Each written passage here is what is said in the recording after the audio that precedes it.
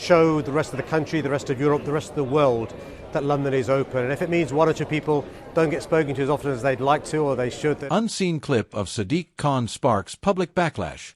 Here's what was said. You're not going to see this on the evening news.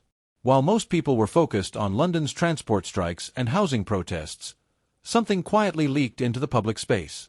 A behind-the-scenes clip barely 20 seconds long of Sadiq Khan speaking at what appears to be a private gathering. At first glance, just another offhand remark. But when you listen closely and put it in context, the message hits very differently.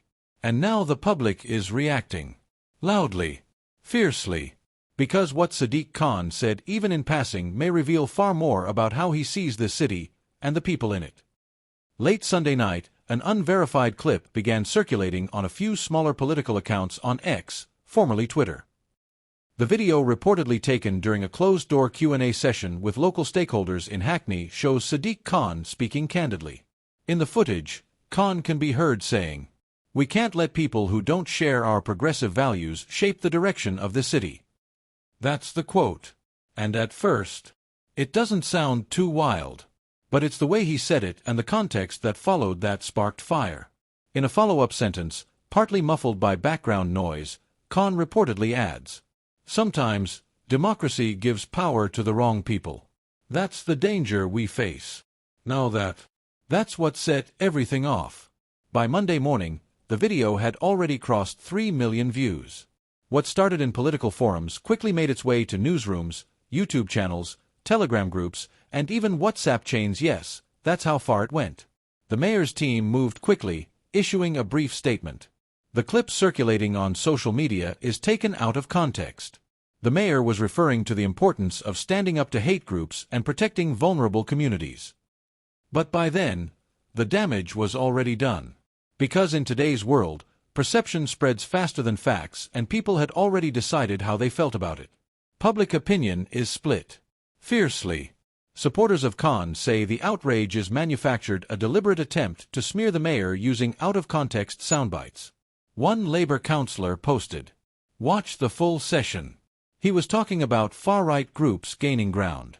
If you twist his words, that's on you." But critics aren't buying it. A Conservative MP posted, "If the Mayor of London is now deciding who deserves democracy, we've crossed a dangerous line." Meanwhile, ordinary citizens are flooding comment sections. One viral post on TikTok read, "So who exactly are the wrong people? Working-class Londoners? People who oppose ULEZ? This is disgusting." Others are demanding full transparency. Release the full recording. If it's all so innocent, prove it. Let's break this down. This isn't just about one off-script comment. It taps into a much deeper conversation about leadership, trust, and the growing divide between London's political elite and its everyday citizens. For many, the quote, whether misinterpreted or not, confirms a suspicion they've felt for years. That decisions are being made behind closed doors, and certain voices are quietly being filtered out. And that's what's fueling this backlash. Not just the clip, but what it represents. This isn't the first time Sadiq Khan's comments have caused a stir. In 2022, he faced criticism for describing anti-ULEZ protesters as fringe extremists, a comment that many felt painted ordinary Londoners with a broad, unfair brush. In 2023, he drew heat for saying some views had no place in modern Britain during a televised debate, though he later clarified that he was referring to racism and bigotry. Each time, the same debate resurfaces. Is Khan defending progressive values? Or is he dismissing people who disagree with him? As pressure mounts, a few things are already in motion. Media outlets are requesting the full footage. Some insiders claim there are longer recordings yet to be released. Opposition politicians are calling for Khan to clarify his remarks publicly, possibly in an open Q&A. Community leaders are speaking out, asking for more transparency in how local decisions are made and who gets a seat at the table. One East London organizer told the Evening Standard, "It's not just about a sentence, it's about how decisions are made and who feels excluded. We need clarity, not spin.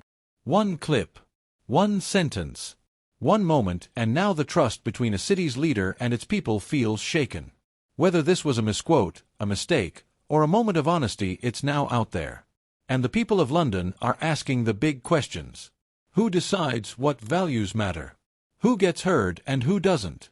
And if leaders are saying one thing on camera and another behind closed doors, what else don't we know?